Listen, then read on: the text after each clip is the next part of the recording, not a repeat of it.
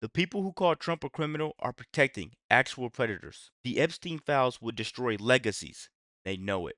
Let's get right to the video. Concerns. Joining us now is a close ally of President Trump, Senator Mark Wayne Mullen from the great state of Oklahoma. Senator, thank you so much for joining us. Appreciate it. Something you said on the Senate. Really quick, guys, make sure you're liking the video. But before they bring anybody that's close to Trump, they always want to say close ally of Trump just to discredit that person before the truth even gets said. You got to pay close attention because they always play a very dangerous game. Make sure you're liking the video. Let's keep going, guys. Floor a couple days Thanks for having ago. me on, Jake. Something you said on the Senate floor a couple days ago gained a lot of attention. You were arguing against a push by Democrats who were calling to release the Epstein files in full. Let's play what you said. I'm sure this would be handled just like any other thing that they've tried to go after, like the baseless impeachments or the unbelievable amount of charges they've tried to file against the president. I'm sure this would be handled the exact same way. What we're simply wanting to do here is give them cover. Can you explain what you meant when you talked about giving cover there? Well, Jake, what you're doing is you're taking a 30-second clip from about a 6-minute debate. And by the way, we also put forth a resolution to allow the judges to release the information from these grand juries. So this is political theater. If you listen to the whole debate, you would... That's exactly what it is, guys. You got to really think about it. Congress won't sit out. Trump won't sit out. The people want it out. But the judge still won't release it. He just won't release it. It's something that they're hiding, guys, and it's way bigger. It's way bigger than what you're thinking. Let's keep going. You'd clearly understand what we had been talking about was Pam Bondi and the president and Congress wants transparency. We want them to release the files. However, we can't make them release it because of separation of power. The judges, the judicial branch, have the files and they have the documents. Every document that Pam Bondi has, every document that the Cash Patel has, they have been heard by a grand jury. And we saw the judge in Florida say, no, she's not releasing it. We're waiting on the judges in New York to say, are you going to release it or do you not? We all want transparency. And what's funny about this is the Democrats want it too. But when I put forth my resolution calling on them to do the same thing, which is what I was meaning by that term, is that we're trying to agree with Pam Bondi and with President Trump that we want transparency, we want the files released. But when I put my resolution forth, guess what? The Democrats also denied denied the request. So it's interesting to me, though, Jake, that for the last 4 years underneath President Biden, not one Democrat asked for the files to be released. Now they're all about transparency. But yet President... There it is, guys. There it is. That's what we're waiting to listen to because the whole entire time, Mark Wayne Mullen is going to keep telling you guys the truth. And he's trying to, Jake Tapper is trying to fear monger you into disbelieving that this sudden transparency talk is the truth. We know that's a lie. They've been lying to us countless of times. Let's keep going, guys. Please make sure you're liking the video. It helps me out. Trump is the most transparent president we've had. I mean, look, Exactly. You wrote the book literally on the biggest cover-up from the Biden administration, the cover-up that the previous administration covered completely for President Biden the whole time he was in office. So transparency is what we're all about. But the Democrats are trying to distract from their awful record and from the questions they need to ask, like who was signing the executive orders as an auto pen? Who was actually choosing to continue to run the Russian gate when we know it was a huge hoax?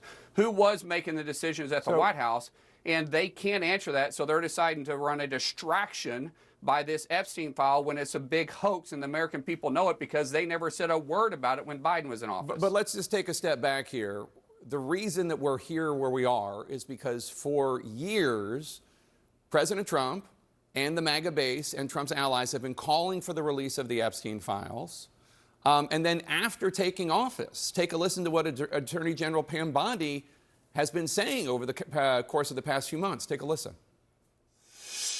What you're going to see, hopefully tomorrow, is a lot of flight logs, a lot of names. Everything's going to come out to the public. The public has a right to know. Americans have a right to know. Yep. There are tens of thousands of videos of Epstein with children.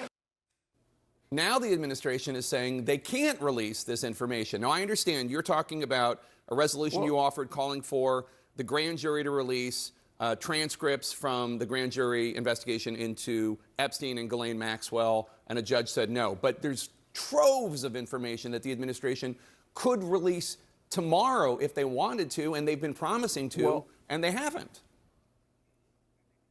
Oh, Jake, that's not true. You know better than that too, because you know every piece of file that they have, every video, every document, every flight log has all been heard by a grand jury. They've all been seen by a grand jury.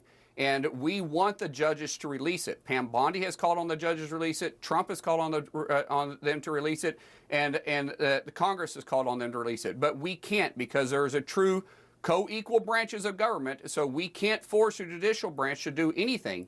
All we can do is ask them to do it. We assume I'm not talking about that the judges would release it. I'm Pam not talking about the Bondi grand jury released it. stuff. I'm No, talking about... there isn't, Jake. There isn't one piece of document that Kash Patel at the FBI or Pam Bondi in her office has that a grand jury hasn't seen. So everything that they have she was would talking have about to be releasing this released information by the judges. She was talking about releasing this information. She could release it tomorrow. She doesn't. She was, but she can't.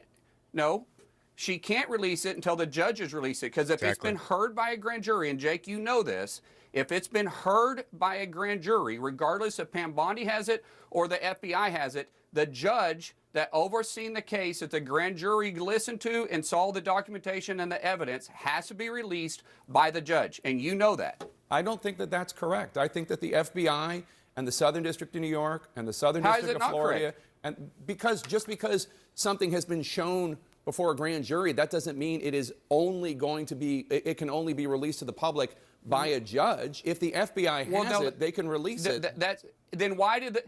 Then why did the judge refuse to release the records in Florida? Because once it's been heard in a case, it is a sealed case. It is sealed by the grand jury. And you have been through this. I don't know why we're even debating this, because if it is considered evidence in a case, then it is sealed.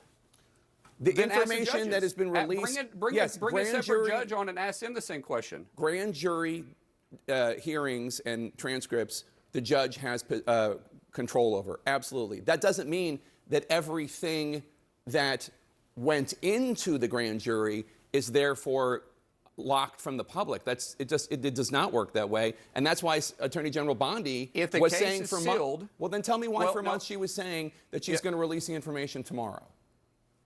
We made the assumption that the judges would release the order and allow the evidence that they had, that it could be heard.